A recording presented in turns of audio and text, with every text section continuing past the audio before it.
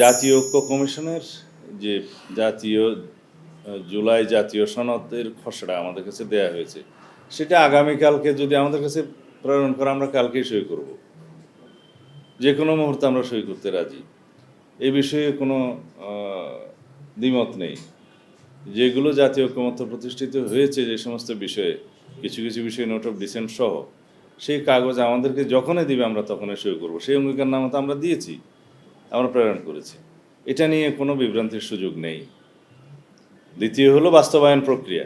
সেই বাস্তবায়ন প্রক্রিয়া নিয়ে যদি ওনারা আরও আলাপ আলোচনা করতে চান, কারো কারো প্রস্তাবের প্রেক্ষিতে, কোনো কোনো রাজনৈতিক দলের প্রেক্ষিতে, সেই আলোচনা তো আমরা অংশগ্রহণ করতে পারি। তবে সেটা কোনো বৈধ প্রক্রিয়ায় ছাড়া সংবিধান সংশোধনের যদি কোনো উপায় থাকে, সেটা তারা বলুক। আমরা চাই সমস্ত কিছু আইনানুগ হোক, সাংবিধানিক প্রক্রিয়ায় হোক, নির্বাচিত জনপ্রতিনিধিদের মধ্য দিয়ে হোক। অতীতের যে সমস্ত বিষয়ে আমাদের সামনে নজির হিসেবে উপস্থাপন করেছে, সেটা কতটা বর্তমান প্রেক্ষাপটে জাস্টিফাইড হবে সেটা আমাদের সামনে উপস্থাপন করা হোক। আমরা সমস্ত আলোচনায় অংশগ্রহণ করতে প্রস্তুত আছি। এই জুলাই ছাত্রগণ অভ্যুত্থান 2024-এর রাষ্ট্রীয় এবং সাংবিধানিক স্বীকৃতি প্রদান করা হবে। সেটা কোথায় প্রদান করা হবে সেটা পরিষ্কার করেছি। এ সমস্ত যেহেতু অনির্বাচিত সরকার, গণ অভ্যুত্থানের মাধ্যমে প্রতিষ্ঠিত সরকার, যেহেতু সাংবিধানিক সমস্ত নিয়ম কানুন মেনে যদিও এই সরকার প্রতিষ্ঠিত হয়েছে, তারপরেও তাকে সাংবিধানিকভাবে বৈধতা দেওয়ার জন্য পুনরায় আমাদের ঐতিহ্য মাফিক চতুর্থ তফসিল, সংবিধানের চতুর্থ তফসিলে সেটার বর্ণনা থাকবে। এবং সেই জায়গায় যে জুলাই ছাত্রগণ অভ্যুত্থানের পথ ধরে এই যে প্রতিষ্ঠা হলো সরকার, তার সকল কর্মকাণ্ডকে বৈধতা দেওয়ার একটা বর্ণনা থাকতে হয়। এটাই আমাদের ট্রেডিশন। সেই অনুসারে আমরা সেখানে স্বীকৃতি দেব, সেটা বলেছি। এবং আমরা বলেছি রাষ্ট্রীয় এবং সাংবিধানিক স্বীকৃতি দেওয়া হবে এই ঘোষণাপত্রের, অর্থাৎ চতুর্থ তফসিলে সেটা বর্ণিত থাকবে, এইভাবে বলা হয়েছে। তা এখন সেই ঘোষণাপত্রটা ঠিক একইভাবে মাননীয় প্রধান উপদেষ্টা ঘোষণা করবেন কিনা, উচ্চারণ করবেন কিনা, সেটা এখনও দেখার বিষয়। আমাদের মতামত আমরা লিখিতভাবে প্রদান করেছি, যেটা আমাদের কাছে চেয়েছে, তাই না? তো সুতরাং আমরা যদি ঘোষণা পরবর্তীতে দেখি তার ব্যত্যয় হয়েছে বা অসামঞ্জস্যপূর্ণ কিছু হয়েছে, সেটা তখন দেখা যাবে।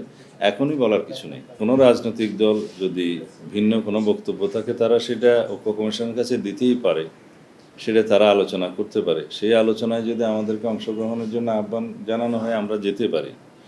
তবে এখানে কোনো অবাস্তব এবং অলীক প্রক্রিয়ার কথা যদি বলা হয়, তাতে করে আমাদের মনে হতে পারে যে তাহলে কি নির্বাচনকে বিলম্বিত করার জন্য কোনো রকমের উদ্দেশ্য আছে কিনা সকল প্রস্তাবের মধ্যে।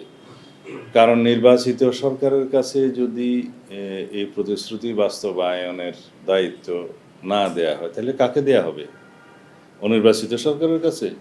অনির্বাচিত সরকার তো বর্তমানে আছে, এবং যেহেতু জাতীয় ঐক্যমত্যের ভিত্তিতে এই সরকার গঠিত হয়েছে, সাংবিধানিক প্রক্রিয়া গঠিত হয়েছে, এই সরকার তো এখন সংস্কার প্রস্তাব যেগুলো বাস্তবায়নের দরকার সেটা করে যাচ্ছে।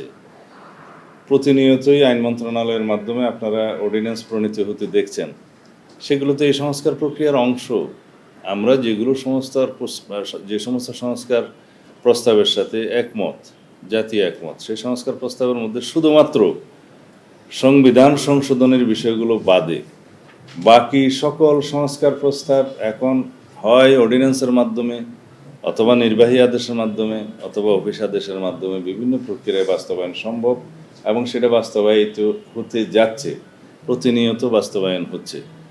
তো এই প্রক্রিয়ার বাইরে শুধুমাত্র প্রতিশ্রুত জিনিসটা থাকবে সংবিধান সংশোধনের বিষয়ে। এখন যদি আমরা ধরে নেই যে একটা কাগজিক প্রক্রিয়ায়, কোনো আইনি বৈধ প্রক্রিয়া ছাড়া, জাতীয় সংসদ ছাড়া সংবিধান সংশোধন করা যায়, তাহলে সেটা কোন প্রক্রিয়া সেটা তারাই সাজেস্ট করতে পারে। এখন সেই সাজেশনের সাথে জাতিকে একমত হতে হবে। সেটা যদি কোনো বৈধ প্রক্রিয়া হয়, তাহলে সেটা জাতি মেনে নেবে। আমরা আলাপ আলোচনায় এবং বৈধ প্রক্রিয়া সকল কিছু সম্পন্ন করার পক্ষে। তবে নির্বাচিত জাতীয় সংসদ ছাড়া প্রতিশ্রুত সংবিধান সংশোধনের যে সমস্ত প্রস্তাব ঐক্যমতের ভিত্তিতে গৃহীত হয়েছে, সেটা অন্য কোনো প্রক্রিয়ায় সংশোধন হওয়া বাঞ্ছনীয় নয়।